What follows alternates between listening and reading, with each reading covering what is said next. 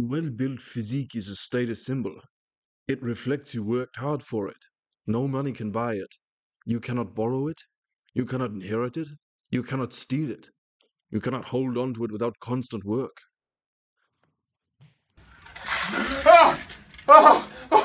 Wakey, wakey. It's time to work out. I promise you, we work out. Hello again, and welcome back to the channel. I'm your host.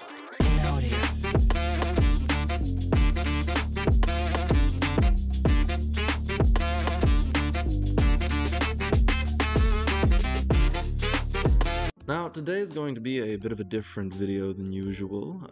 I have planned a bit of an extempore sort of tier-ranking monologue that I'm going to take you on a journey, if you will, through the history of Hollywood male body transformations, the history of how we got to where we are with them, and what we are doing now that we are where we are.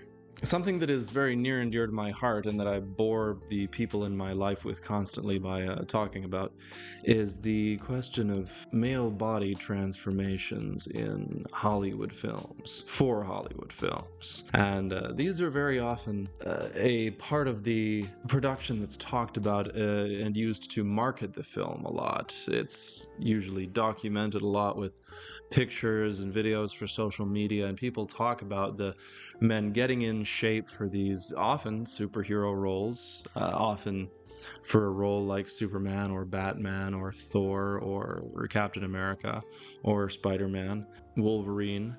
And basically, it's something that's used to market films constantly. It's in the zeitgeist a lot, but a big question that is on everybody's mind when it comes up is, are these guys enhanced?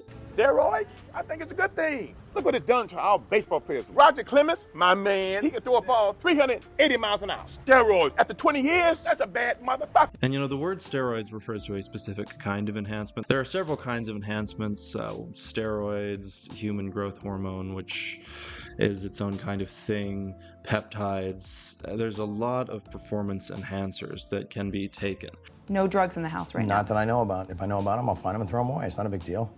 Ooh, drugs in the house. We're all gonna die. And people take them for various reasons. And it's not just men, but I am focusing on the men today. And it's mostly men when we're talking about this kind of stuff for films, but not exclusively. So basically, I'm going to take you today through the history of men's bodies on camera, just a little bit, very brief history of men's bodies on camera, and how we got to the 1970s, and then the 1970s through to the modern era, and then we're going to be talking about mainly the modern era, and mostly guys from the modern era, and that is 2000 and onward, guys who've basically come after The Rock. So, in the beginning, there was Johnny Weissmuller, and I'm going to pull up some pictures of him. And basically, we asked this question, and I guess I should explain why it's important that we ask this question. It's important that we ask this question because these movies are marketed to young men, to people in general, but especially to the young men watching them as, you know, the ideals of male physique. But if the ideals of male physique that they're being presented with on screen aren't naturally achievable, if those are goals that they might emulate, set for themselves, if they want to look like this actor playing Wolverine, if they want to look like this actor playing Black Adam, if they want to look like this actor playing Superman, if they want to look like this actor playing Batman, then they should have reasonable goals to go for. And it's not just that they should have. You know, you can make whatever you want in terms of decision making, in terms of being an adult, being an actor, being on screen. I shouldn't say that you should be natural. You should be honest about when you're not natural. Tell the truth. Tell the truth. Because when you are presenting an image of yourself to the public, and specifically to young men, as aspirational physically, you should be honest about what you did to achieve what you got. And of course it is an achievement. Everybody's body is an achievement every single day that they're alive. You are an achievement, I am an achievement, we are all an achievement. We achieve our own temple. It's a thing that we all build every single day in our own way. Bodybuilding is just living. You guys were gonna trick me into taking the vaccine? God damn it, Clyde, we want to get out of here! My body is a temple, and I'm not taking that shit! That's why I think that it should be natural, because I think that all people should live naturally. And so I'm against steroids and performance enhancers in any sport, in any way except if they're legitimately for medical reasons. But basically, I think that if you are going to be an informed and consenting adult and do them, then you should be honest about what you did to get what you have. If you're natural, great. If you're not, great. Just say around the kind of thing that you're doing and be fairly honest about it and transparent, and that should be fine. It's just not okay to be presenting a ridiculously ripped, huge, muscular, enormous, fabulous, toned physique, and then say, oh yes, I got that completely naturally, just chicken, rice, and broccoli. Yeah. Broccoli, chicken breast, and that kind of stuff. And it was all hard calories. It was a lot of chicken breast. I was eating so much chicken breast that drank chicken. Copious amounts of chicken breast and... This is the chicken, fish, maybe steak, always protein 6 times a day. Protein, steamed vegetables, and occasionally some brown rice. Yes, just the chicken, rice, and broccoli, the old Hollywood 3, the old Hollywood diet of smackaroos, natural smackaroos they call them, yeah. Anyway, I trust my audience to be smart enough to know the difference there. And if you're with me thus far and you are one of my regular audience members, thank you, because I know this is an odd departure from what I usually talk about, but it is a mix of musings after all, and I'm just going to talk about anything, and I'm just your host. Stuff to do with strength is very important to me, as I mentioned in the Princess Rank movie with Louisa, but basically I know a lot about strength sports. I know a lot about bodybuilding. I know a lot about extreme sports involving weightlifting. I know a lot about steroid use from reading about it, from just kind of being immersed in strongman culture. It exists in all these sports, and I am firmly against it all completely, but I know that it does exist, and we need to talk about it, and we need to talk about it when we're talking about actors portraying characters on screen for young men that are physically aspirational. So if young men are going to aspire to look like you, then they should know what you did to get to where you are in terms of looking like you do. Tell the truth. There's one more diversion. Basically, we talk about, I just wanted to read a little bit from this article. It's on T-Nation forums. It's something like the Community for Enhanced Fitness, and it says Actors, Athletes, and Influencers on Steroids by T.C. Luoma, How to Tell Who's Lying and Who Isn't. And it's a very good article if you want to check that out. I will probably link that in the description if I'm remembering to do this. But basically, and I'm going to read selections from it here. The Butts Formula. Christian Thibodeau, in an article on how to detect steroid users, beautifully laid out the findings of exercise physiologist Dr. Casey Butt, who created a formula, the Fat-Free Mass Index, or FFMI, that extrapolates the maximum amount of muscular body weight a person can gain. It looks to be wonderfully accurate. The trouble is it requires you to know the person's height and weight, the person in question, along with their wrist and ankle measurements. Terrific. Except how the hell are you going to nab Thor's wrist and ankle measurements, let alone his exact height and weight? Christian Thibodeau also described how much muscle a person can realistically gain in a year. His research suggests that 84% of the population is in the normal range, meaning they could, under optimal conditions, gain between 0.25 and 0.5 pounds of muscle per week, which adds up to a max of 24 pounds in a year. That rarely happens, though, as Christian quickly pointed out. That leaves 13.6 who are above average gainers and the 2.1 who are freaky gainers. Even among those, however, the most muscle gain they might experience in a year's time is around 30 pounds. All the preceding stats apply mostly to beginners whose muscle in general are eager to grow and blossom for the first time. They don't apply to experienced lifters. Their gains come much slower. Keep that in mind when we're talking about The Rock and Chris Hemsworth. Christian paraphrased bottom line. If someone looks to be gaining more than 3 pounds of muscle per month and they're not a beginner or regaining lost muscle from a layoff, you can justifiably shout, j'accuse. Supernatural traps neck and delts. So this area right here, if that grows super big, super fast, especially because there's extra receptors in these areas. You're not that familiar with the rest of the clues, stuff like back knee, blah, blah, blah. Anyway, so that sort of stuff. Gyno, you know, extra fatty tissue in the breast area, stuff like that. Anyway, that is the stuff we're looking for. So basically, visually though, we are looking at a few different things, and I'm going to talk about them. Basically, it's extra vascularity, crazy like vein vascularity at all times, especially if we're looking at like the bicep, a crazy vein in there like popping right the heck off there all the time. Everywhere is a little suspicious. I don't even have that, and I've been lifting for 15 years, so it's just the sort of thing that is a telltale sign. But again, you can get it with enough work, you know, if you're lifting consistently, or if you are just an extravascular person and you kind of always have the veins. But if they pop up out of nowhere and, you know, they just weren't there before and now they're just raging, looking at you, Hugh Jackman, then you kind of know.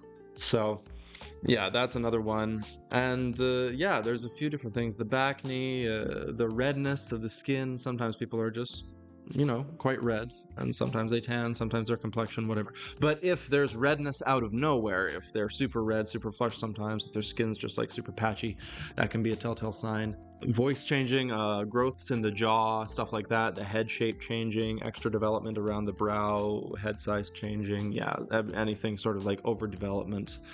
Yeah, just being super duper duper jacked and super duper duper slim and trim as well, and like vascular and everything bulging. Of course, that's always going to be a sign, just because it's really, really hard to do. It's possible to do naturally, but not all the time, and certainly not to a certain degree. To a certain degree, it's always going to be a little suspicious, especially if you've got that vein popping anyway. So these are all of the visual signs we're going to be looking for. But the other big thing is timeline. Again, they're talking about muscle growth in a year. If somebody's claiming 35 pounds, 40 pounds, 30 even pounds of muscle in a year and a half, it's just not likely, even for the most crazy genetically gifted of athletes. It's really not likely for them to be able to do that. Not certainly for actors who are just preparing for a role. Not that actors can't prepare for a role an incredible amount. I've done that myself as an actor, but I also know what muscle gain is like because I've done it for a decade and a half, and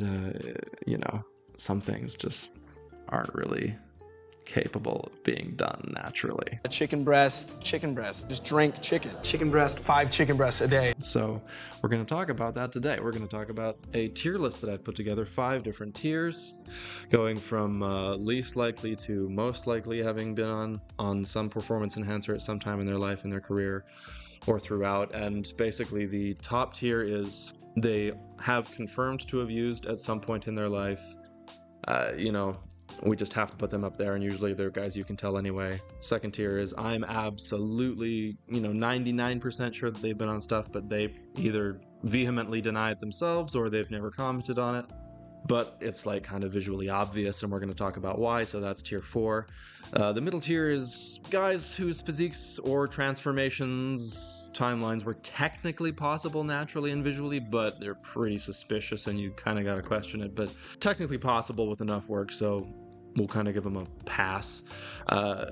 Tier 2 is going to be guys who look really great, but there's just maybe a little bit something suspicious, maybe about a timeline here or there, maybe about just a little bit of, you know, how incredible they look in certain things or certain rumors about them. So there's just, you know, it's that what they've achieved is totally possible, but for whatever reason or another, they're a little bit suspicious to me. So I'll put them in that tier. And then the bottom tier is guys that I do not suspect at all. I don't think there's any smoke to that fire at all. And I just think that what they've achieved is not only natural, but extremely impressive, considering that I think it's completely natural, whoever they may be on that tier. So some of them look incredible too. All of the guys on all of these tiers look amazing physically, and they've all worked extremely hard to get where they are today, if they are still with us. And so I applaud every single guy in this video, and this video is not at all to call anybody out specifically or to say you're wrong for doing this or you're wrong for not doing that. It's simply to look at what I believe is a problem in the industry, which is a lot of actors and whoever else famous for their body perhaps, but specifically guys in action roles and actors in films today who are oftentimes forced into the position of doing these things, and just talk about how we should be honest about how we got where we are and how we achieved what we've achieved. And if we're honest about it, then everybody's informed and everybody's safe and everybody knows what their options are, and they can go from there. And so let's talk about it. I'm going to give you some history of Hollywood bodies on men, and then we're going to get to the tier list. So it begins.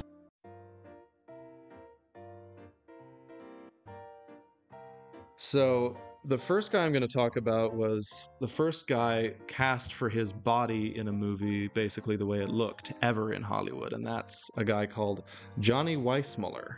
Basically, Johnny Weissmuller was an Olympic swimmer and was cast to play Tarzan in the films in the 1920s and 30s, I believe. I haven't really seen many of those, but they're apparently pretty fun, and I like Tarzan movies. So anyway, Johnny Weissmuller, as you can see, was a big, tall, broad, fit dude, not unlike myself in build. He was just a big, lanky guy, although I'm not much of a swimmer, and he was a brilliant swimmer. But he had a big, big chest, and he had a big, broad, beautifully built chest, and so he was perfect for Tarzan. And this was at a time before steroids were invented, essentially, before they were synthesized, before performance enhancers as we know them had really been invented. And so we can know that somebody back then in the 1920s, like Johnny Weissmuller, was completely natural because he just didn't have anything on hand to do. So there was nothing for him to be on. He was a completely natural athlete, as basically all athletes were back then, apart from, booze. He was a natural, real Olympic athlete. He's a real Olympic guy, and so he was perfect for the time back then in terms of showing what sort of male physical aspiration could be on screen, the aspiration to male physical perfection. And so if we look at Johnny Weissmuller, he was a tall guy. He didn't have too much muscle on his frame, but he was very graceful and lithe looking, and there's one shot I'm seeing here of him flexing which is really quite impressive, and he's got a really, really nice broad frame. And so there you see in the 1920s, that's the beginning of Hollywood's documentation, basically, of the aspirational male physique. So there you go.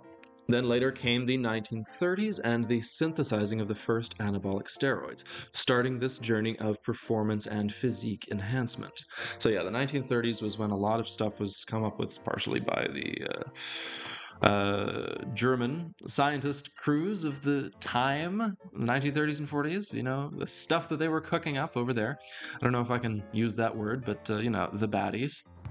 Are we the baddies? There was a lot of World War II sort of Captain America, Captain Germany shenanigans going on, and we were just trying to inject dudes with stuff and see what went bang. And so we were trying to literally create the next Superman. And also at the same time, superhero comics started, and we got our man Superman. He's not even my guy. I love Batman, but I love Superman too. I love them both. Anyway, we got Superman in 1938, I believe. We got Batman in 1939, and the rest is history. We went on from there. But there was also, Captain Marvel back then, and lots of cool people, and we went from there. Captain America in the World War II era, and then so on and so forth. So at the same time that anabolic steroids were being synthesized and invented and come up with, we had the beginnings of modern superhero culture with the comics, the first guys being come up with and entering the zeitgeist in the popular culture. While there weren't many superheroes on screen back then in those decades, the seeds had been sown. The 1970s then came and presented the world with two opposing visions of male physical perfection: Conan versus Superman. Arnold Schwarzenegger versus Christopher Reeve. Yeah, so these are two guys that we're going to talk about a little bit. We're going to talk about them basically in contrast to each other. And so if you think about Christopher Reeve and his Superman, there's a little bit of footage of Christopher Reeve talking about it and basically answering the question and saying, I didn't do steroids or anything like that to achieve my body as Superman. I just went about it the old-fashioned way. I looked at bodybuilding techniques, and I just went from there. I made myself a plan, and I just ate lots. Already, on this diet, I eat 4 times a day. I tell you, I'm on a high meat diet, protein diet, vitamin pills, nothing like steroids or anything like that. But I mean, I get to eat as much of as anything that I want, and it's great, you know. Christopher Reeve is a guy who he's the same height as me, same sort of build as me, so I kind of know what he'd be doing to get the look that he got. I kind of know exactly the kind of thing he'd want to do to fill his frame out. Although he had a much nicer chest than mine, you know, just naturally. He had a much nicer formed chest than I do. My chest sucks. I'm all about the arms. But Christopher Reeve did it all natural. I obviously believe him, especially since he addressed it all the way back then, and that wasn't something that you really talked about back then. It's certainly not something you talk about now. Like, you just don't address it. And if you do, it's a flat denial. But he brought it up himself, basically, in the interview and just said, yeah, I don't do them. So if we look at his body, it's tall and broad, and he packed a lot of muscle onto that frame. And I think he said he packed on around 15 to 20 pounds. I think he was about 200 pounds. He was 6'4", 200 pounds. Johnny Weissmuller was 6'3" and 190, by the way, for comparison. So Christopher Reeve was, I know he was 6'4", it was my height, and he, I believe, was about 200 pounds before the role, maybe a little bit less, maybe 190, and I think he packed on about 20 pounds the first time he did Superman, and he got to about 250 and 220, and so he was a very big, powerful 250 and 220 at 6'4", and you can see in these training photos, this beautiful photo shoot he did, that not a pound is out of place. Like, he's really packed it on, but he's remained very trim, but it's not a so big that you would ever question it look. Like, he honestly didn't have to say anything, and I would have known that he was natural, and that's not a bad thing. That's not an insult to him. That's just to say that he does not have any of the telltale signs, really. And the only thing that would be a telltale sign would be if he'd achieved this look in maybe 2 months or something. If he was claiming he'd put on 15 to 20 pounds of muscle in 2 months, then I'd say, okay, that's probably roids. But no, for the amount of time he had, which I think was 1.5 to 2 years after he got the audition to the time he would have actually been filming any scenes with him in the suit, I think that it's a completely, you know, understandable transformation. And this is a great guy to look at historically for stuff that is achievable naturally, stuff that you could achieve naturally if you're a big, tall, broad guy like he is. This would be somebody that I could look at and say, okay, that's a really good goal for me. And so it's also about finding your body type, the guy that you want to aspire to if you're looking at somebody for an inspiration. And we all need to have people that we look at for inspiration. All of these guys had guys that they looked at for inspiration, often other guys on this list. So yeah, it's something to talk about. I think it's an important topic after I convince myself as I make the video. So if we look at him in contrast to Arnold Schwarzenegger, obviously Arnold is a beloved guy in terms of his on-screen persona, and that really helps sell his body to us because it's a crazy thing to look at, and it's something to get used to. And it's like when he steps into the room, it's like, holy shit, what the heck, dude? And not in a bad way, but it's like he stands out, and he really, really does grab eyes with that. Whereas Christopher Reeve was somebody who was kind of able to disappear into a suit if he needed to, which is why he was the perfect cast for Superman, because he could disappear into a big suit if he needed to. I put on a big t-shirt and you do not see all of the muscle that's underneath it at all. It is not obvious. I put on a big 90s style t-shirt, an M&M t-shirt, and it's just hidden. And it's gone. Poof. And it's only if I wear something kind of form-fitting that you can tell, oh yeah, that guy's a guy that probably lifts weights. And that's the difference. Whereas there's not really any clothing that you can put on somebody of Arnold's stature and Arnold's look where it's not obvious what that man's doing, and he is a big boy. And part of that's just like weight and body mass, but Arnold honestly wasn't even that insanely big. He was only 6'2", he was shorter than Chris Reeve, and that partially helps for packing on pounds. If you want to be muscular, it actually helps to be a bit shorter because you're more compact, you fill out a bit easier, which is why somebody like Henry Cavill builds muscle so perfectly, because he's exactly 6 foot and he just fits that mid-size bill. But mid-size Bill sounds like a nice dude. I'd have a beer with mid-size Bill. But anyway, Arnie's just a guy who, you know, for good reason, he was aiming to be the most outstanding physique in the world for a man for his time, and in a way he was. So he's a physique that you absolutely cannot hide no matter what you're putting on him. It's just, it completely stands out, and it's meant to stand out. It's absolutely huge, and it's absolutely unattainable naturally.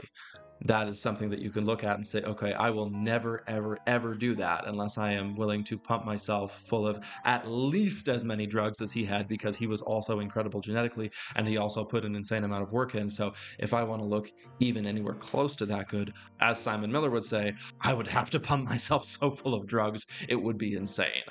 Like, that's a guy whose hard work and dedication and substance usage and knowledge and everything else and just craft is so unreplicatable that to get anywhere near him, you would have to just get yourself so full of stuff. No, for real. So that's a nice baseline. I think to look at the 1970s, it's a nice baseline to look at Christopher Reeve over here and Arnie over here as the two sort of possible, you know, paths to take. And this is the choice that they represented the movie industry with. And for a while they kind of went the Chris Reeve route and they just sort of let Arnold be what he was, the exception to the rule in terms of action stars. If you wanted a huge big muscly action star, you got Arnold, or you got a knockoff Arnold, basically. But basically you got Arnold if you could get him. And if it wasn't him, it was, you know, Sylvester Stallone. And Sylvester Stallone was also pumping himself full of a lot of things as well. And if it wasn't them, it was Bruce Willis. And Bruce Willis is another great example of a guy who's natural. I'll talk about him later on and put him on the list. I'll put him on the tier, but I would just spoil it for you now. He's, you know, what I believe all natural, and he never did a big transformation, and that's sort of the key. And Bruce Willis's bag was never being the biggest, most muscly guy in the room. He was always about being the, you know, exceptionally willed underdog, just the guy who has to deal with it, the everyday Joe who has to deal with a bad situation. And he performed that brilliantly, and part of that was not being outstanding physically, and that just was never his mentality.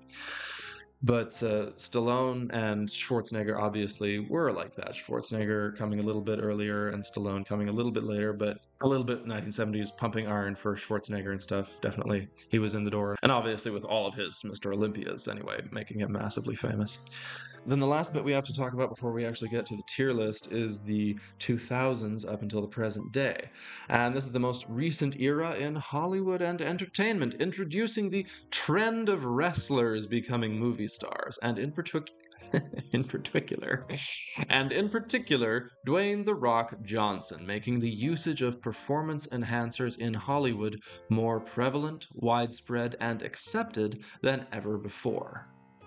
Yeah, that's essentially what it is. I don't really mean to call anybody in particular out in this video, but Dwayne Johnson is the guy who has made steroid usage acceptable and popular and widespread in the industry today as it is, I think. If you want to point to any one guy who's done that, it would be The Rock. And it's not something he's tried to do, and, you know, in a lot of cases, it's not something he's had a specific hand in. Although there are a few cases that I would say he probably has had a specific hand in, like in the case of maybe Zac Efron or Mark Wahlberg, potentially. But, you know, these are adults who make their own choices, but it's just something to look at. The Rock going from wrestling to Hollywood and becoming a movie star and making his sort of physique basically an everyday thing in cinemas has sort of just exfoliated through the culture and shampooed its way all the way down, and sort of just really been massaged into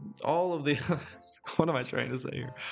Basically, there was an estimate from a Hollywood insider a few years ago that I read where, I think it was 10 years ago, and she estimated, she was unnamed because she wanted to be. She was a source. And so she said, basically, she estimated 20% of the male stars in Hollywood were on performance enhancers of some kind. And that's a pretty damn high number, especially for a decade ago. And I think that the usage has just become so prevalent and so widespread, but so little talked about honestly. I applaud any guy who does talk about it honestly, but it needs to be talked about so much more honestly. It's totally fine if guys want to do it, but they need to be informed about who is and who isn't. And I'm looking at you, Chris Hemsworth, and your stupid little app. I'm looking at you, you absolute con artist. You cannot advertise something with your body that you directly profit from and not be honest about your steroid abuse. You can't do that, brother. It's not cool. Brother, what's that, brother? I'm not calling anybody else in this video out except Chris Hemsworth and The Rock.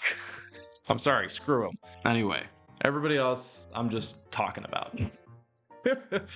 But let's talk about it. The Rock is the guy who's changed the culture, definitely, and he opened the door for guys like John Cena and Dave Bautista and all of these wrestlers and big guys who've come in and been doing movies and great actors, very talented actors, great performers. I love all three of them in many roles, honestly.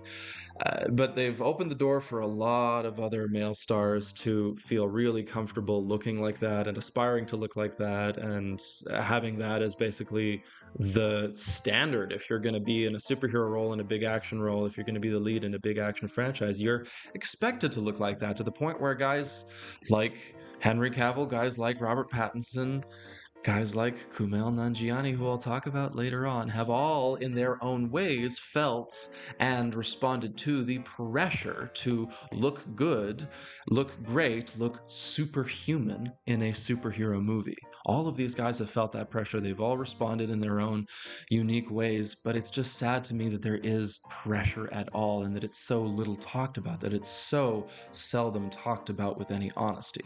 So today we're just gonna put guys on a tier list of how likely or unlikely it is that they've been on performance enhancers throughout their career, and talk about sort of the telltale signs why or why not.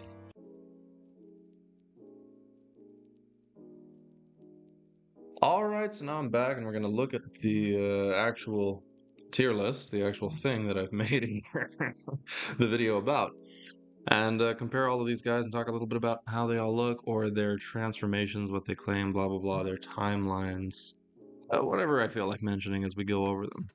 So to briefly talk about the guys that I've mentioned in the intro, there's Johnny Weissmuller in the natural, no reason to suspect tier, same as Christopher Reeve as well. We're going to put him down there.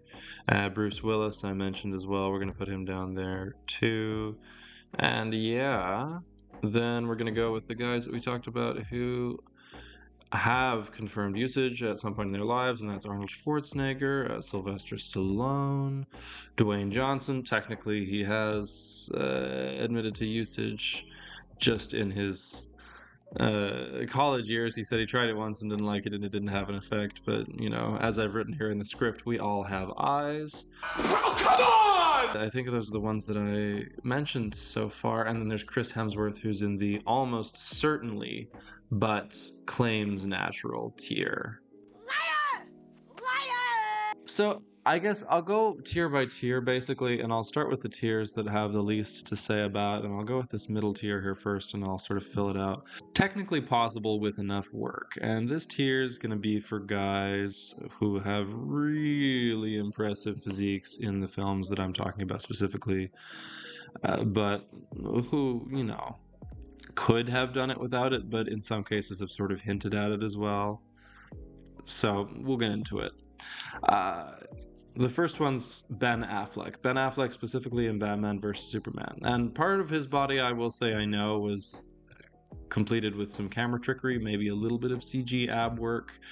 There was some stuff there where it might have been a little bit less than 100% what met the eye there as well, which is fine. Camera tricks are fine. It's fun, you know, as long as you tell the person. Nicolas Cage got kind of screwed with that in Ghost Rider. But that's another tale for another time. Ben Affleck in Batman vs. Superman. Yeah, I just suspect that he probably was on some stuff, given his age, given the amount of weight he put on, given how good he looked.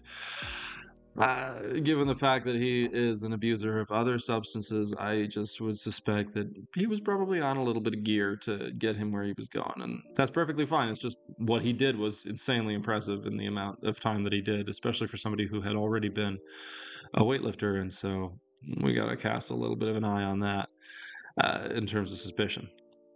Will Smith, specifically in Ali, he claims to have gained 35 pounds of muscle, I put here, and that's just a crazy amount of muscle to put on, you know, in what was, I don't think, an insane amount of period of time. I know he trained for a long time to get into shape for the role, and trained with boxing coaches, and trained with one of the boxers that he worked with on the film for a long time. But you're also going to be losing a lot of weight during boxing training, and so to put on 35 pounds of muscle, just, that's a ludicrous claim. And so I don't even think that Will Smith looks particularly like juicy in this role. You know, if we're to use the parlance, I don't think he looks particularly geared up, but the fact that he claims 35 pounds is just like, wow, dude, okay. Michael B. Jordan, in kind of any of his roles in the first Black Panther film and in any of the 3 Creed films so far, his physique is extremely impressive, and he does it in short amounts of time. Especially the first couple transformations, he packed on the pounds in very, very short amounts of time, and just the impressiveness of the physique coupled with the short time period made me sort of cast a little bit of an eye on him. But we'll move on and we'll leave him in this middle tier. Tom Hardy for Bane specifically, and a little bit for Warrior as well. He got big and powerful for these roles, especially for Bane. And I know he's talked about a lot of Bane was just a little bit of fat around the muscles, and I know what he's talking about. When I was at my absolute heaviest, there's a little bit of it that's just natural stature. But if you look at the pictures of him in that role, he was absolutely massive. He was huge and jacked, and it's not just fat. Like, he's a big boy, and there is muscle under that skin. And when he flexes, he really does look like a silverback. It's crazy in those pictures and in that film. And he looked incredible in The Dark Knight Rises. And he's one of my favorite actors of all time, but especially with the way that he talked about stuff in some of the interviews, I would bet you, and as well as him talking about how he actually didn't like being at that weight and in that shape, and he was kind of breathing heavy, and he prefers not to be as big and muscular in his day-to-day life, it led me to believe that he was probably on a little bit of enhancement for that role, and he just, needed to be quiet about it. But that's just my feeling. That's why I've put him in this middle tier for that role specifically for Bane. So that's the middle tier. Then we're going to move on to totally plausible, but they have some possible use based on just maybe how incredibly good they do look. Just, the degree to which they look vascular and jacked, but also ripped at the same time. But also maybe just the longevity, how good they look at the age that they are now, because there's part of it where you just, as you age, it gets harder and harder to look that good and that great and that ripped all the time. And if you do look exactly as ripped or even better than you did when you were younger, you have these big jumps. Barry Bonds has a historic late career power surge type jumps in their physique. It starts to make you wonder. So partially in this group, I just put these guys in here because there are just some signs. Maybe the fact that they gained so much muscle in such short amounts of time for films might put them into this group. So Daniel Craig is in this group. Ryan Reynolds, Tom Cruise. For him, a lot of it's injury recovery. He hurts himself so much, and for him to recover and do the things that he does, for any normal human being, it would be insane. And so you always just kind of have to suspect Tom Cruise of doing anything extreme, and this is kind of an extreme thing to do to enhance yourself. Aaron Taylor Johnson, Jake Gyllenhaal, Vin Diesel, Carl Weathers, Channing Tatum. Yeah, that group of guys, I'll just sort of mention them together and group them all together, and they're guys that I think they're probably all natural. If I were gun to my head asked, are they natural or not, I'd say that they're probably not enhanced. But they do look so great, or they looked so great at a certain age, that I might also say, okay, I would believe it if you told me, or if they told me. I would believe it if they came out and said, I wouldn't be surprised either. I would be like, okay, that makes sense. You looked incredible. There might have been a little bit of something going on. So that's that whole tier basically done by themselves. And then it's let's look at the totally natural tier, because we're saving the good stuff for the end. I know the guys you want to hear about. I know the ones you want, but we're saving the spicy stuff for the end. Nice. Now let's go on to the totally natural tier, the guys that I don't think are on anything, and I'll explain in some of the interesting cases why. So in this tier, we have you talked about Johnny Weissmuller, we have Christopher Reeve, Christian Bale. I don't believe Christian Bale did anything to gain the weight for Batman Begins or for any role, and I think that that's just... Honestly, I just put it down to the madman that Christian Bale is. He is just so dedicated to a part. Just like Daniel Day-Lewis, the two of those guys are just so insanely dedicated to any part that they do that they will physically essentially destroy or rebuild themselves, or both in some cases, to do a character justice. And so I think that that's what Christian Bale did when he put on around 100 pounds of body weight to do Batman, from The Machinist to Batman Begins, in about a year's time, probably less than a year's time. I've heard as little as 6 months to put on 100 pounds of body weight. Probably, realistically, it was more like 8 or 9 months we're looking at. But still, that is an insane thing to do, to go from 125 in The Machinist to 225 in some of his beefier scenes in Batman Begins. And he was told by Christopher Nolan, the director, actually, on that film, that he was getting a little bit too fat for the Batsuit. They were calling him Fat Man on the sidelines in Batman Begins. But yeah, he was a big old beefy 225 in that movie. After being 125 in The Machinist, he was a big old beefy 225 in Batman Begins. And even though that's an insane transformation, I believe he did it naturally, just because that's the guy he always has been. He just does stuff, and he does it all out, and he does it fully, and he was in just as good shape visually in American Psycho a few years earlier, and so he had the muscle base. He had just lost a lot of the fat and a lot of everything for The Machinist, but it came right back when he started eating and eating and eating, and he just started eating everything in the world to get ready for Batman Begins. But it came right back onto his body just when he started eating, and he already had that incredible muscle base. If you look at the way he looked in American Psycho versus Batman Begins, it's all already there. He just had to get it back.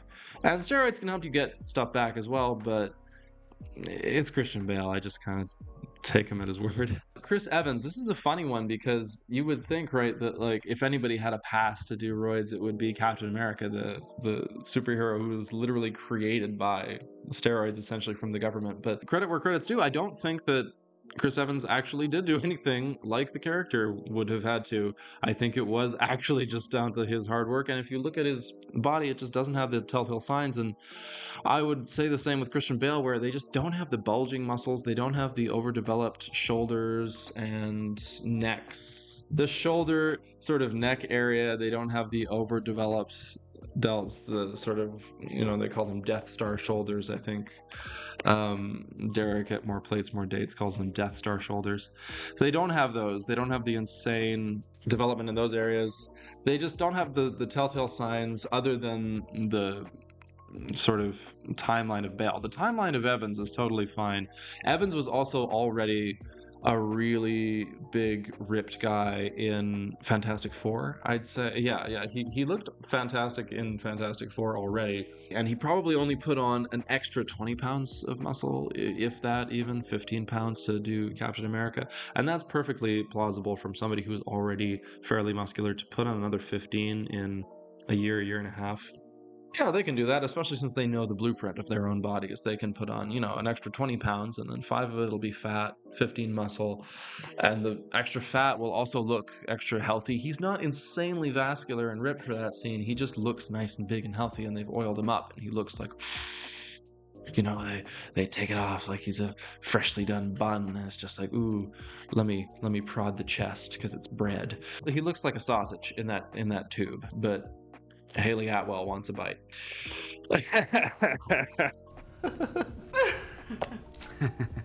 Well, what's so goddamn funny? Yeah, Chris Evans, I believe the timeline just makes sense. He does not have the look. Again, everybody in this sort of tier, you can just basically take me on my word that they don't have the look. They don't have the big crazy bulging veins, they don't have the vascularity, and if they do have some vascularity, it kind of just existed already in them, or whatever. It's because they're older men, and older men sometimes do have veins that bulge a little bit more in their arms, like Robert Downey Jr., for instance, is on this tier that I'm going to talk about later on a little bit. But yeah, I'd say for the most part, these guys are fairly obvious that they haven't done stuff, and I'm going to save Henry Cavill for the end to talk a little bit more about him in specifically, but this list, the rest of them are Chris Evans and his transformation for Captain America, Chris Pratt and his slim down for Guardians of the Galaxy, and for before that, I think it was Zero Dark 30, and him, I think it was just a guy who was always big and always athletic and had a lot of muscle underneath all that fat and just needed to, as he said, lose basically 60 pounds of fat. And then in doing that and in lifting the weights to do that, he developed and got to show all the muscle that was underneath. And so that was his blueprint. And I totally believe that. And he does not have the look again. He doesn't have those crazy, the veins are such a telltale, and the time is such a telltale thing. So Chris Pratt's going to go on this tier. Michael Keaton's going to go on this tier. He did a great natural transformation for his Batman film back in the 1980s, his first one. Bruce Willis, lifelong natural, obviously I talked about. Robert De Niro and his transformation into Jake LaMotta for Raging Bull, I'm going to put on this tier. I think that was completely natural again at the time, and there weren't that many steroids available to just everyday actors like there are today. Again, it's so much more easy as well today to access these things. I'd buy that for $1. You can just order them on the internet if you want it. Like, it is so easy. So it's a difficult thing. This is why I'm talking about this problem, because it is a problem. It's so out there and in the open. And these old school guys like De Niro, it just wasn't available everywhere. Like, they could have gotten their hands on them if they'd wanted to, but for the most part, it wasn't out there unless you were a guy that was like super hardcore into that. Whereas nowadays, you don't even need to be a guy who's super into that to get into this kind of stuff. You just need to be in the right role, and it's kind of expected of you.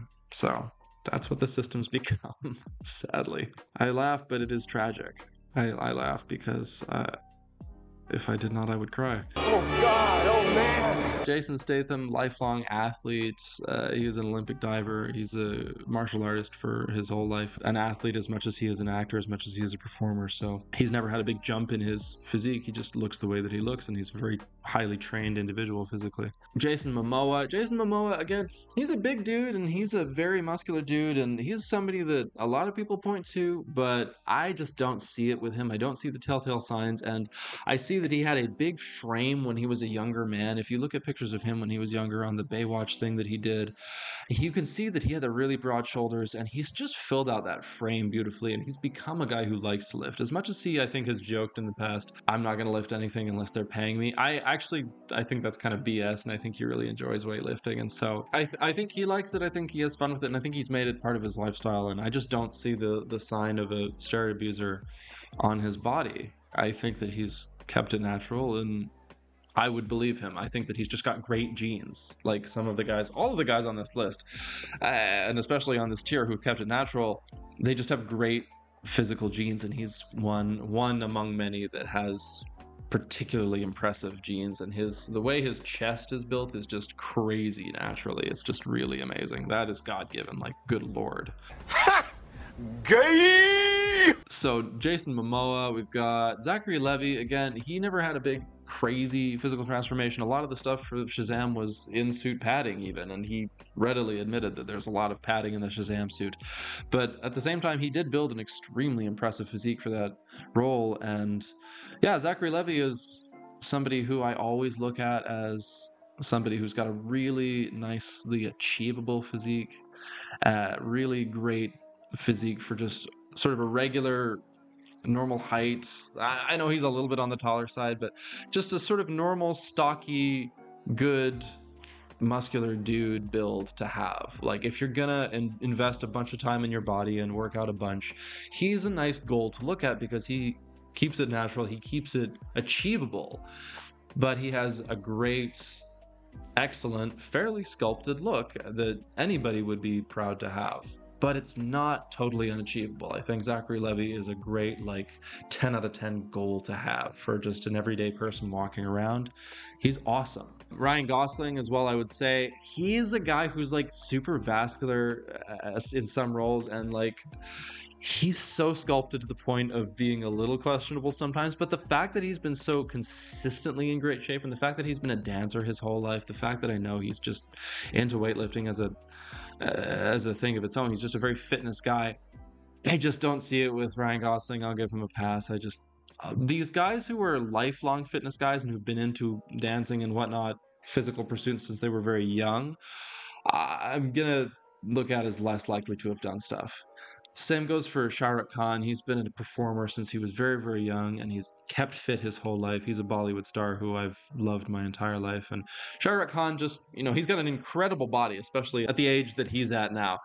He's kind of if you want a comparison, and if you don't really know his work, he's kind of essentially the Indian George Clooney and Brad Pitt rolled into one. He's awesome. So Shah Rukh Khan, one of the most gorgeous bodies you're going to see on anybody, but I believe naturally built and naturally maintained. He doesn't have the crazy size with the crazy shreddedness. He's normal sized and very shredded, but not to the point of being ridiculous. Robert Downey Jr. is somebody I already mentioned a little while back, but again, he's totally normal size guy, and so it would just be about timeline or vascularity or whatever, but I just don't see it with him. I think that he's achieved a great achievable look with the Iron Man body and kept it in tip-top shape after, of course, being sober for many years as well. And Robert Downey Jr. obviously is just somebody who is sober, right? Like, so he would never do something that is a drug, and steroids are a drug. Like, he would never be on something that would change his mood, alter his state of mind, because he is sober. And so, yeah, Robert Downey Jr., we can just discount from the discussion for that alone. He's just achieved a great body. In the Sherlock movies and in his Iron Man and the rest of the MCU movies, he's achieved an incredible physique, but we can be 100% sure that that's natural because if you're a sober person, I would imagine that that includes steroids and any performance enhancers, basically.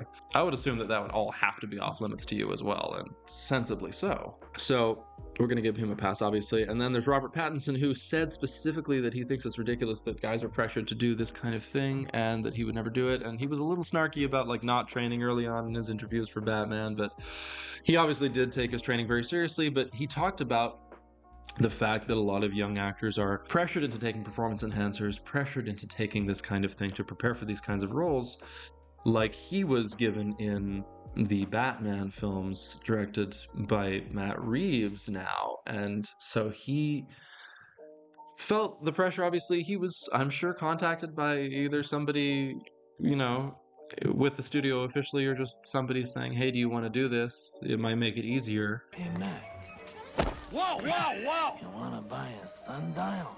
And maybe not anybody directly associated with the studio, but just maybe somebody, anybody. He might have just, I'm sure he was given the option at some point to say, hey, if you don't want to work that hard at training, or if you want to look extra good, you can take some stuff that'll help you along the way.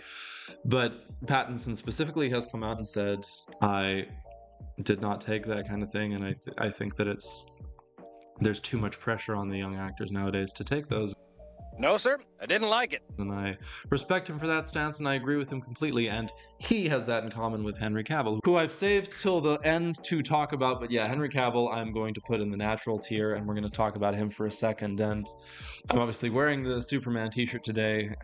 I'm just kind of representing the character. And I appreciate Henry Cavill because he is one in the long line of actors portraying Superman who have, I think, kept that flame alive of doing it naturally, just like Christopher Reeve did, and of course George Reeves before him, God rest both of their souls. And so Henry Cavill, I think, has just done an amazing job of building his physique naturally, bit by bit, 5 pound by 10 pound increment with each role as he goes. Like, he already did look incredible in that movie he did before Man of Steel Eternals or whatever the crap. No, it wasn't called. It was, I don't know. There was some Greek thing that he did. I'm not going to look it up. There was some Greek thing that Henry Cavill did a couple of years before Man of Steel came out. A couple of years before he was given the role of Superman. But anyway, that was his baseline physique before doing Superman, and then he obviously did his specific training for Superman, put on a certain amount of weight and muscle for Superman, and did Man of Steel, and has done subsequent transformations and put on a little bit more weight and a little bit more weight with each different role and different things.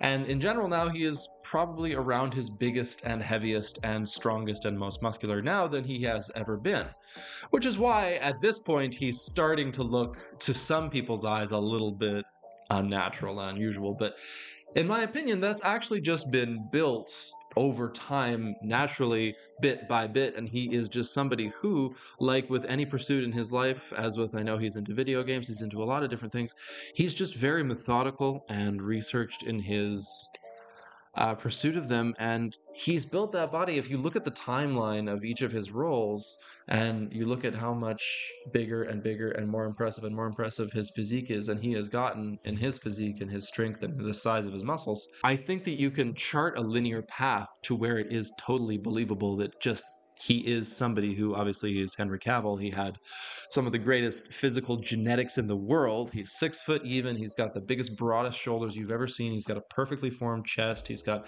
incredible arm muscles in terms of like how long they are to create that perfectly bald bicep look. He's just got gorgeously sculpted shoulders that he's then developed, and he's just incredibly handsome. So he's already gonna have one of the best bases for bodybuilding, for looking good in general, of any human being, and that's all of these actors who get these roles are going to be good looking in general mostly. And so he's up there already with this great base of just top 0.0001 whatever genetics of just looking good. But he's taken that and he's become somebody for whom weightlifting and bodybuilding is just a thing that he really enjoys, and he's built his muscle and his physique a few pounds at a time, and little by little and roll by roll. And I honestly do believe that Henry Cavill is just one of the best looking naturals we've ever seen on camera, and so that's why I'm putting him in the natural, there's no smoke, there's no fire tier down here with these guys. That's the first 3 tiers. I'm really tired, so I'm gonna take a smoke and maybe a sleep break. I'll see you later. Newport Filter Cigarettes. The most refreshing smoke of all. Hello again, and I'm back for the second day of filming to finish the last 2 tiers, the ones you've been waiting for so diligently. The first tier I'm going to discuss is the confirmed users, because they're more concrete, and the speculation I'll save till the end for the claimed natural tier. So let's look at tier 5 here, confirmed enhancement, or we naughty boys as we're calling them today. Arnold Schwarzenegger, obviously. We've discussed Arnold in depth a little bit in today's video, but just to touch on Arnold again, because I don't think I've told this story yet. Basically, one of Arnold's first big roles ever was Conan the Barbarian. It was his first speaking role ever, where he got to use his own voice, after Hercules goes bananas. But Conan the Barbarian's a great movie. Check it out if you've never seen it. It's really cool, the original. I think it was 1982. But at this time, Arnold was so big, having just come off winning a bunch of Mr. Olympias in the last few years before this film. He was so big and huge and muscular that there was nobody to stunt double for him. So he ended up having to do basically 100% of his stunts on Conan all by himself, because there was nobody big enough to convincingly look like Arnold, and anybody who was big enough to kind of pass for him was also another elite bodybuilder who wasn't going to put his body on the line just to be Arnold's stunt double. So eventually he got some dedicated stunt doubles for subsequent films, but for Conan he was so damn big that he just had to do all of his own stuff, including some very dangerous horse things. Dangerous horse things are nothing to be trifled with. Yes, sir, I like it. Anyway, moving on from Arnold, we've got Sylvester Stallone, and of course he's talked about his usage in length at times, been caught with stuff, whatever, we all have eyes. And the interesting thing about that is that there's this storyline in Rocky IV where Ivan Drago is on steroids, and Rocky Balboa has to go up against this Russian giant who's on all these drugs as this all-natural, powerful little American, and he beats the big, mean Russian. And in reality, Sly was on all of the drugs at the time, in that era, and Dolph Lundgren, as far as I can tell in that film in particular, although we'll get to him in a little bit on this list, in Rocky IV, he was, as far as I can tell, all natural, and he just looked incredible through his martial arts and his own weightlifting. But it's very, very interesting the way that the Rocky character is portrayed versus how Stallone actually looks in real life and looked in the period. Dwayne Johnson, of course, we've already discussed him, and he technically, admits to usage in college once, so I'm putting him in the confirmed category just because I'm petty. But yeah, he's basically been one of the biggest catalysts for the expansion of enhancement usage in the film industry. I'm not blaming it all on him, but he has been a massive, massive part of the explosion and expansion of it. And so he's a factor to look at. He's a very influential man, and he's made certain decisions, and he's made the decision to claim natural his entire life, other than the one time in college. Oh my God! The whole time you were, the whole time! And in my opinion, I think that that's the wrong decision, but it's the decision he's made, and it's led to some consequences. As we've seen a lot of actors that he's come into contact with start to use, seemingly at the very least, or use more than they might have been doing before, or however, but you see a lot of people around him start to do similar things. A lot of people in the similar type of movies, after he got big, started doing similar types of things to their bodies. The effect that he's had on the industry is basically just undeniable, and whether that is for good or bad is debatable, but his decision to be dishonest about his obvious usage that anybody with eyes can see. Look at the man. He has all of the signs of a user, and at his age, looking like this is just not natural, and getting bigger for some roles like Black Adam is just not natural for Pain and Gain at that age. How much bigger he got for that film. Look at these pictures year to year. Look at this in Fast 5. These jumps are massive, and for a man who's already a world-class trained athlete, essentially, it's insane. The fact that he's a wrestler, obviously, they're all on stuff, basically. It's a very, very open secret in the industry, as, again, anybody who has eyes can tell that wrestlers are on stuff. So, The Rock's decision to be dishonest and claim natural since college, I think, is the wrong decision. Morally, it's just good to be honest about these things, and I know that there's a lot of money on the line, there's a lot of incentives on the line, but if he was honest, I think that that would gain him a lot of respect, and I think that it would be a good thing for the industry to have somebody so influential go fully mask off and say, you know what, this is what I do to maintain the body that I have built. I think it would be a good thing. So I urge him to do so someday, but I don't think he will because there's just too much money on the line. However, there's always time to do the right thing. Does he say, I've never taken steroids in my life? Does he say that? He said in one instance that when he was 18, him and his friends took something and it gave him gynecomastia and then he never touched it again or something like that. That seems suspect. Super suspect. Well, him saying that he did something once when he was 18, he got gyno. Like, how'd you take care of it? Yeah. What'd you do to get rid of the gyno? Yeah, presumably. Right, you have to have an operation. Yeah. Like, people need to understand, like, that's not fluid. It's like a gland gets bigger, right? Yeah, it's like literal glandular tissue that you need to get, like, surgically removed. Moving on. Rob McElhenney, I think that's how you pronounce his last name. I love him. I love all of the episodes of It's Always Sunny I've seen. I haven't seen like a super huge amount, but I've seen a couple of seasons, and they're all hysterical. I love that show. Every single actor on there is fantastic, and so I adore Rob. You know, they can't refuse because of the implication.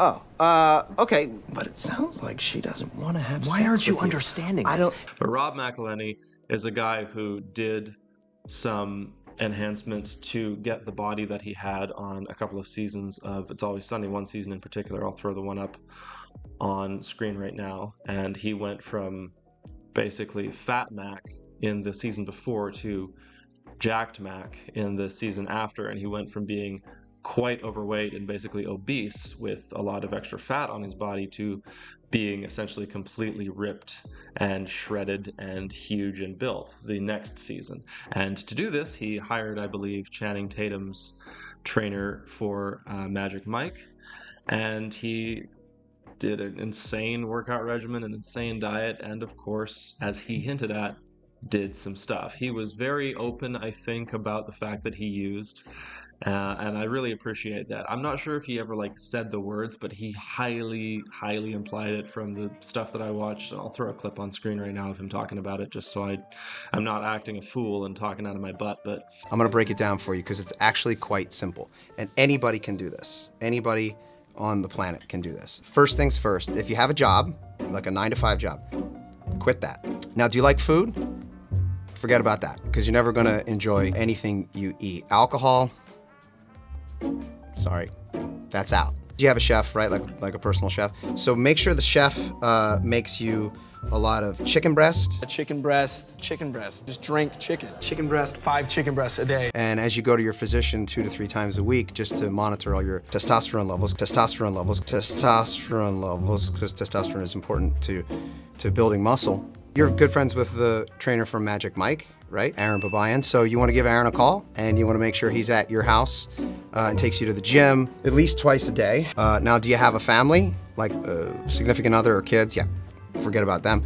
You're not going to have time to deal with them. So that's really all you have to do. I think if you just do all of those things, then you too can have an absolutely unrealistic body type, such as me.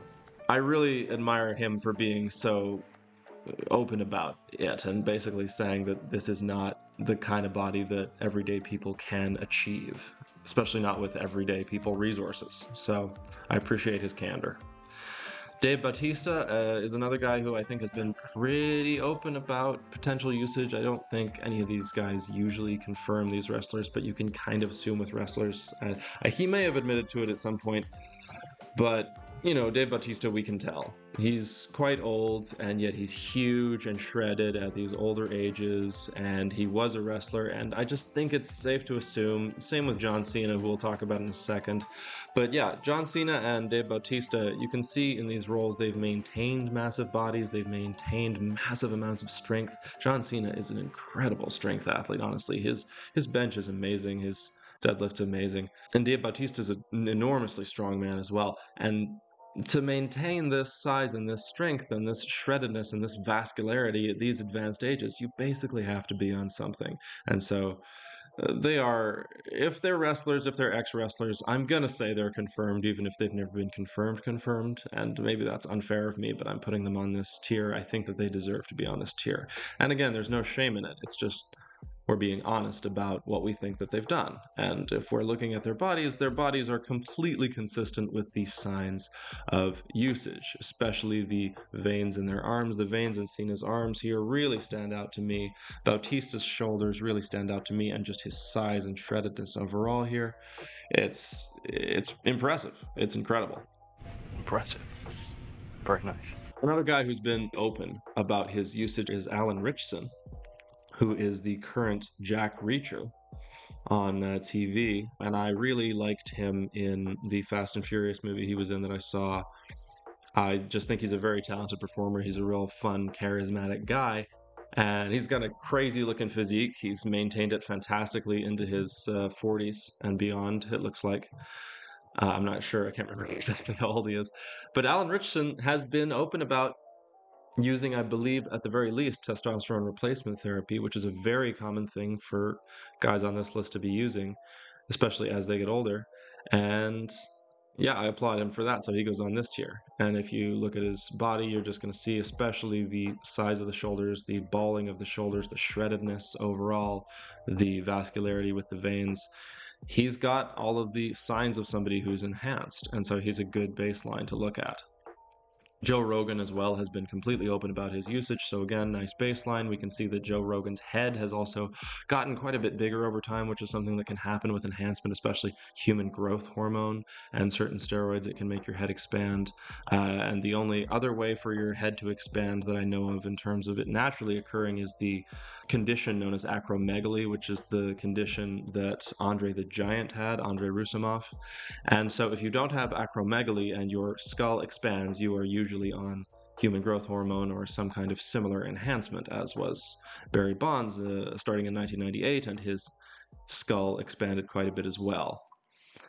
But yeah, we've got Joe Rogan, whose head has gotten quite a bit bigger and who has just, honestly, he has personally sung the praises of enhancement as an older man, maintaining his body and maintaining his body as an athlete, and if it works for him, that's awesome. Mickey Rourke apparently did steroids for the wrestler to get into character for a wrestler and to go very method for the part, basically. So that's very cool. He almost won an Oscar for that. But if you look at his physique from before the film to the year that the film came out, or the film itself, and his transformation before and after, it's quite incredible. The work he did was stunning, and he used quite a bit of enhancement for it, and he's been open about that. Charlie Sheen was one that, until I researched this, I did not know, but Charlie Sheen did steroids for Major League. Maybe that's just something he's saying, but if Charlie Sheen says he's taken a drug at some point in his life, I tend to believe him. And so Charlie Sheen did steroids for Major League. I'm by winning. I win here and I win there. Now what?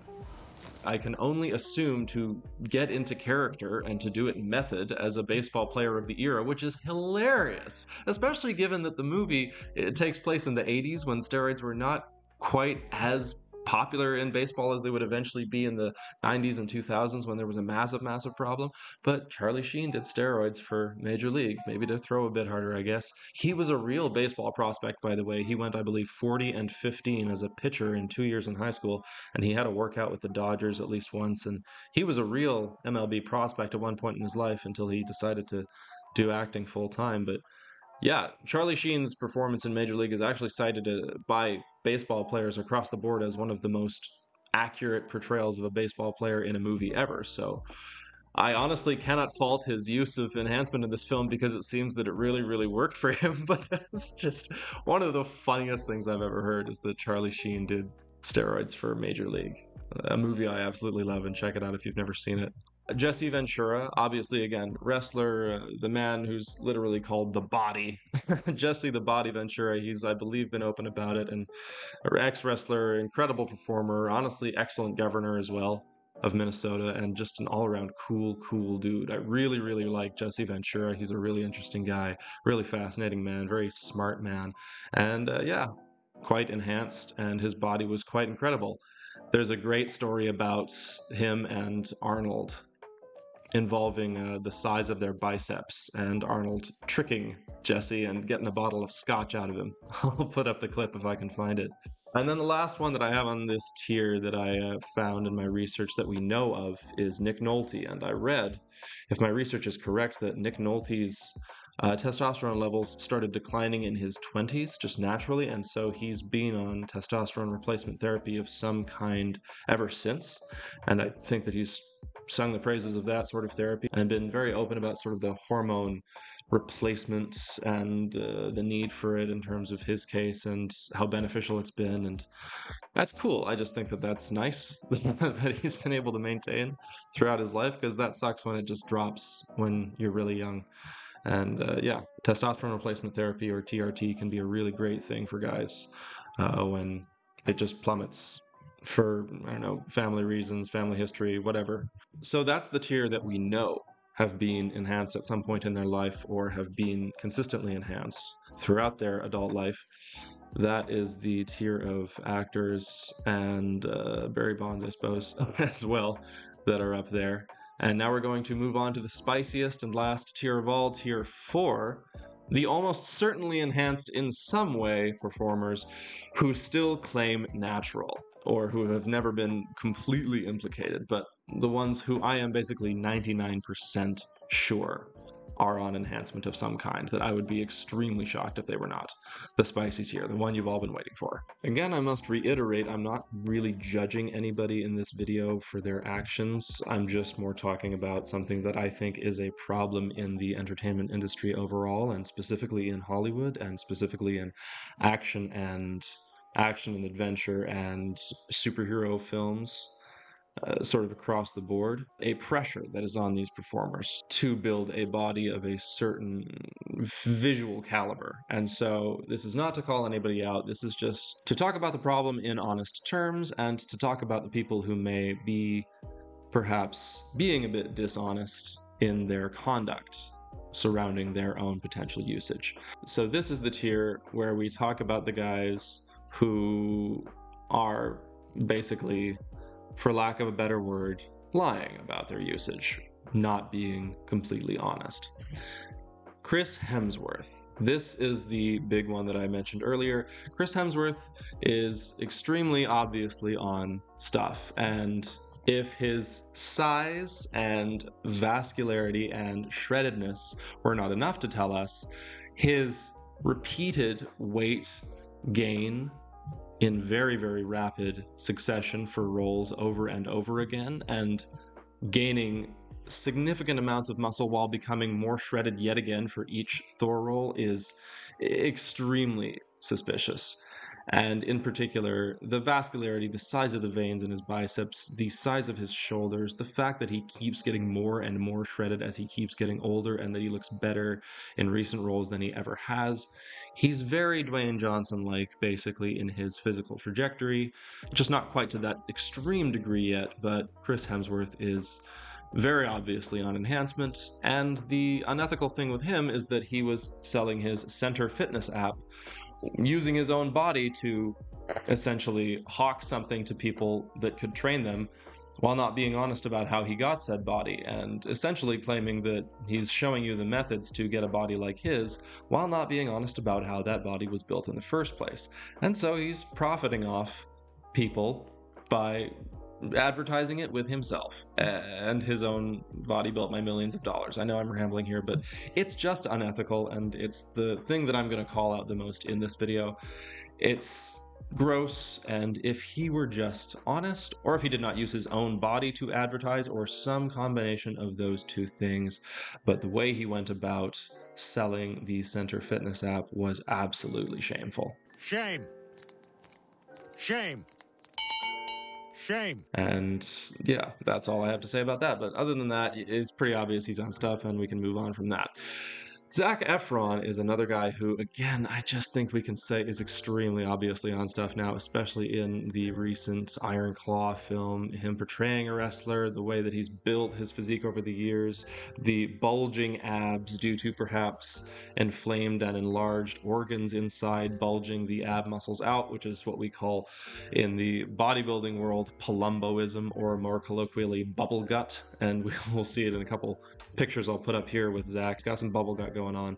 The veins in his arms, the size of his arms and shoulders, how just damn square he looks, how different he looks from how he used to look, how different he looks from how he looked in Baywatch, and how different he looks in Baywatch from how he looked in previous roles before Baywatch. And I think that Baywatch is the one where he started using, because Baywatch is the one where you can see those veins in his arms really pop out, and him develop those really crazy boulder shoulders. And if we think about it, he was in Baywatch with The Rock, and potentially The Rock might have trained with Zac and gotten him on some stuff for the first time, gotten him interested in being enhanced. And this is just so sad to me, because Zac had such an incredible physique before already, just naturally. But he's a grown man and he makes his own decisions. But yeah, he's gone further and further and further into this down this road of enhancement, and we'll see how it affects him as he gets older. So, you know, sad is perhaps a little judgmental of a word to use, but I just hope that he's being safe. Mark Wahlberg, I think that we can pretty obviously see is on some stuff. His age, he gets quite big and shredded very, very frequently for roles. He was massive in Pain and Gain, again alongside Dwayne Johnson. You see how Dwayne Johnson tends to have an effect on people? And so Mark Wahlberg was his biggest and buffest and most veiny in that film, and that was all him. There was no padding or suitage there. That was absolutely just pure damn muscle. And again, very impressive that he built that, especially on a frame like his. But Mark Wahlberg, definitely, the way that he's been so big and shredded consistently at an advanced age, I think we can safely say he's on something. Dolph Lundgren, specifically in Masters of the Universe. I had thought about this movie, and I looked up the pictures, and while I don't think Dolph was juiced in really any other role, I do think that he had to have been in Masters of the Universe, because my god, look at the difference here. Look at how incredible he already looked in Rocky IV, and then look at the difference in Masters of the Universe. That is insane. Look at those arms. Look at the size of that man. He's massive. It's amazing. I mean, to go from what is already a top 1% physique at least to this just monster of a frame is crazy. So it's so impressive. Again, every body on this list is impressive because it's always impressive to build something physically that took thousands of hours in the gym to put together. Natural or enhanced, all of these guys are impressive. But Dolph, good golly, sir. Dolph, man. Holy crap. Anyway, so just specifically in that film, but I also think that Dolph looks incredible natural in a lot of other roles.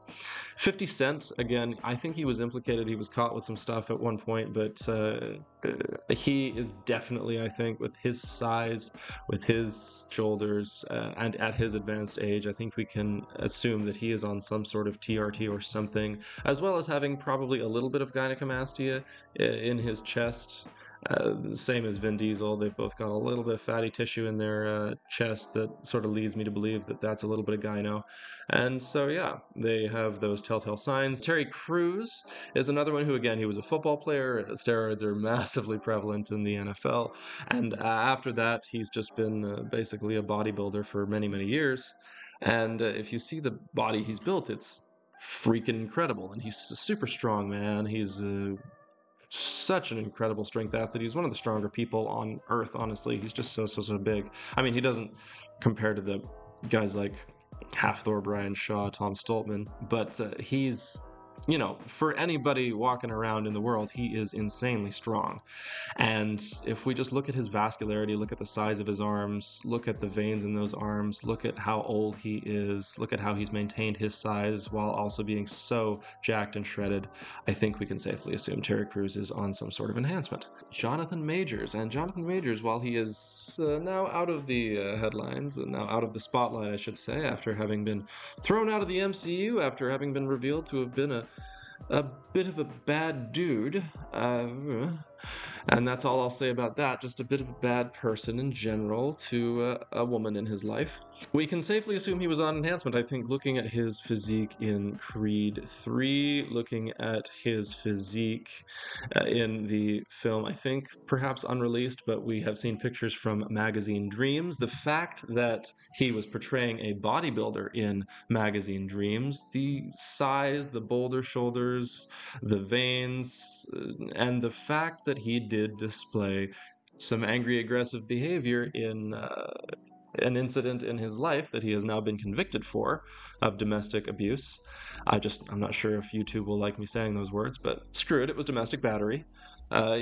Having been convicted of that, I think we can safely say that he might have been exhibiting some roid rage brought on by some heightening of his existing emotional issues, making him angrier or more reactive and more aggressive than usual, perhaps.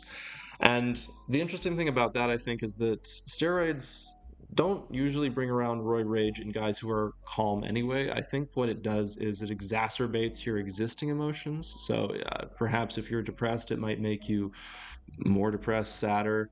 If you're an angry person, it might make you more angrier. It's a stimulant, so it makes you more aggressive in every way, I suppose. So if you're an aggressive guy, yeah, the roid rage will become roid rage, and if that makes sense, from what I've read. Are you worried you're going to relapse? No. Why? Because I'm not going to, period, the end.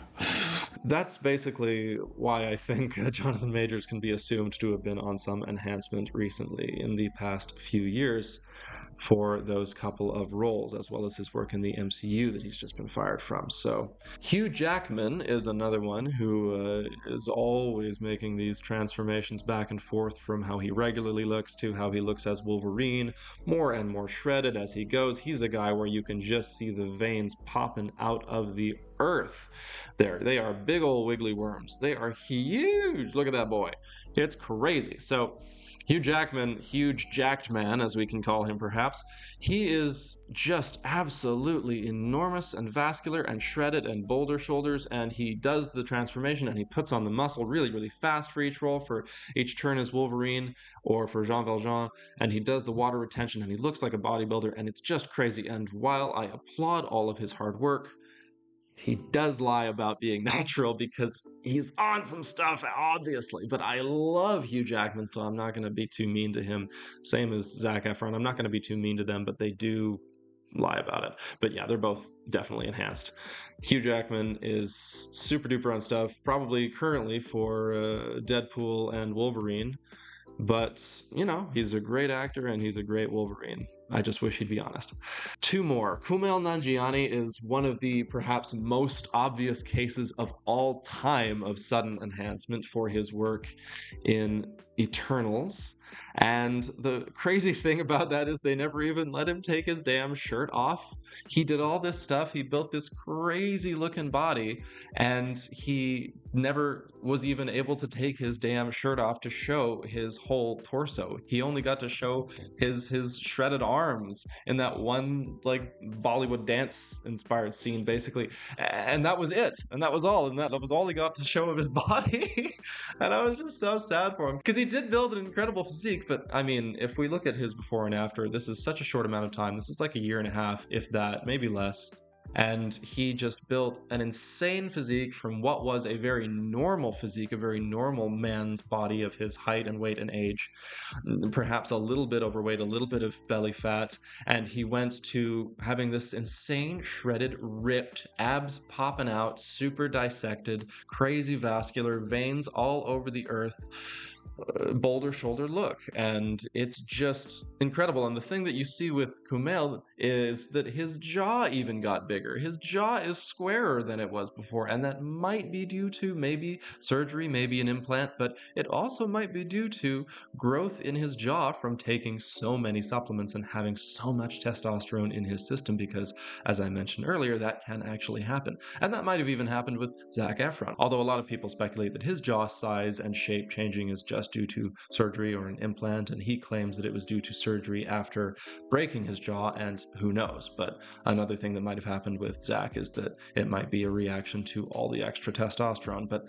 that is definitely an option for Kumail's jaw. And in any case, Kumail is definitely on enhancement, and if I remember correctly, there was a lie detector test that he did with Dave Bautista after they'd done the movie Stuber together, where they were doing press for the movie, and it was a YouTube video where they were giving each other lie detector tests, and Kumail asked Dave Bautista if Dave thought that Kumail could ever have a body like him, and Dave said, no. You could have a great body, you could get really big and shredded for your body type, but you'll never be my height, you'll never be my frame, you'll never be my weight, you'll never be as big as me, you'll never quite have my body, and you shouldn't go for my body because you should go for your best body, not mine. But you could be amazing looking for your size. But even though Dave was really kind in that interview and in his answer, I just saw on Kumail's face that he was so rushed. And he was hoping that Dave was going to say, yes, you could look just like me with enough hard work. Do you think if I followed your workout regimen, I could be as big as you? No. That wasn't a lie, was it? That was the truth. No, it's a matter of structure. I am a gorilla-esque person. Yes. I have a big head, I have big bones, big hands, long arms. So genetically, that's correct. But you could be a very muscular person. You could stop answering the question. You answered it already. And that's the entire problem that I'm talking about in this video, encapsulated in one interaction, is the yearning to look like something that you will never be able to look like due to many factors, or even if you are able to look like that, at what cost? And we should just be honest either way about how we get where we've gotten, how we can get where we want to go, and in that interaction, Dave Bautista was so honest and so kind and so awesome in his answer, and I was so sad that it seemed that Kumail took the wrong message from that and took it to heart in a sad way and basically went on to do Eternals and pumped himself full of so much stuff that he looks legit like a different person now. But again, I still love Kumail. He's still a wonderful, amazing, talented, funny man. I just think he went a little overboard in his physical transformation. Now I have one more left to talk about. All right, last and perhaps most recently for this list, we're going to talk about David Corenswet. I think that's how you pronounce his name. I've never seen him in anything. Or if I have, I forget. Maybe I have. Maybe I'm being stupid. But anyway, David Corenswet, who is the new Superman in the James Gunn Superman movie, I think. I can't remember what it's called. But anyway, David Corenswet's the new live-action big screen Superman, following in the footsteps of Henry Cavill and Brandon Routh and Christopher Reeve and George Reeves and several others. But anyway, most recently in the footsteps of Henry Cavill.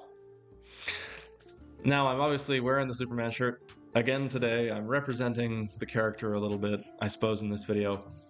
But basically, I think that there hasn't really been a major live-action Superman that's ever been enhanced, which is a really interesting thing. I think that so far all of the actors have had the mindset of, we don't think that Superman would do that, we want Superman to be as natural as possible. That's basically exactly what Christopher Reeve said, and Henry Cavill has said similar things, plus I think he just cited health reasons for why he didn't want to do any enhancement, Henry Cavill.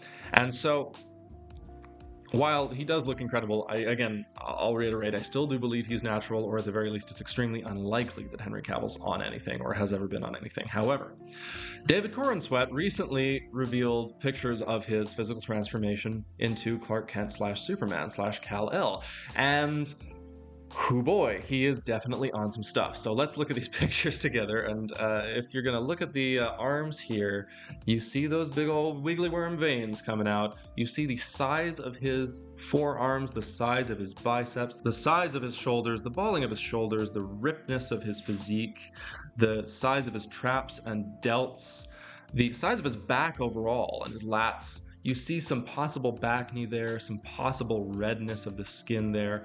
And again, all of this could possibly be natural if he didn't look like this less than 2 years before. He didn't look like this about 18-ish months before, I think. These were pictures of him around when he got cast and when he would have started training for the role. And if we look at him here, he is reported to be about my height again. I think he's around 6'4". So again, I know kind of what training is like for a frame like his, for a height like his.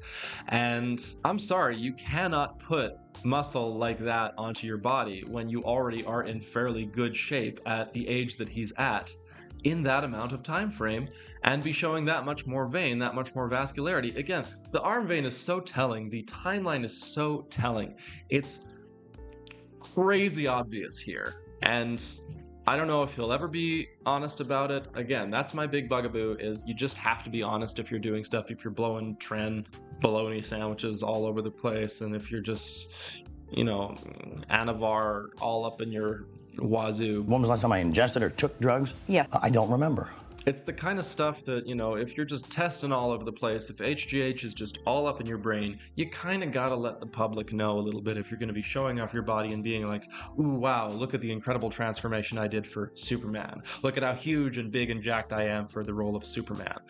You have to be honest about how you got there. And if also all of the other Superman actors before you were natural, I'm not saying that you have a duty to be natural yourself. However, you do have a duty to explain what your journey was to get your Superman body, because they were all transparent about theirs, so you just got to be transparent about yours. So basically that is my diatribe on enhancement and steroids and performance enhancers in Hollywood and in films. If you've come this far with me, if you've watched the entire video up until this point, I really appreciate you sticking with me through my rambling, sticking with me through discussing these 50-odd dudes. And I hope it hasn't been just too much of looking at shirtless men for an hour and a half. I'm gay. Well, thanks for dropping by. Good night.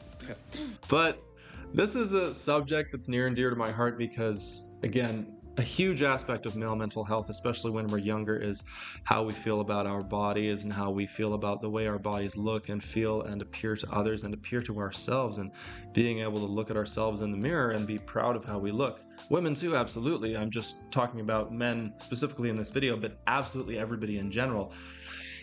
The way we look at ourselves in the mirror, the way that we see people on screen, and the honesty about how physiques are achieved, whether they be natural or enhanced, these are things that are so important for young men to know, for young men to be informed about, for young people to be informed about.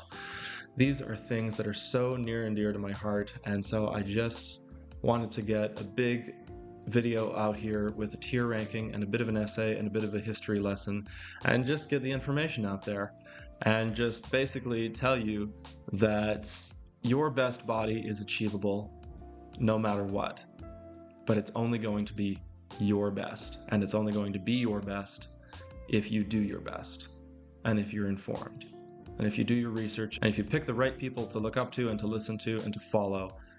If you pick the honest people, if you pick the people who are going to be straight with you and tell you how they did what they did, then you can achieve anything with your body. Do it! Just do it! Make your dreams come true! And just for the record, if you're wondering, I am natural. That's how I've achieved what I've achieved. Whatever I may have achieved. I've got a few world records. I'm as big as I am, whatever. I don't really do it for looks. I do it for strongman. I'm getting into that sport. But if you're watching this video, don't know much about me, and are wondering, I am natural. So there you go. Thank you so very much for watching, and if you're still here, good night, good luck, and speaking of that, I think it's time for my workout.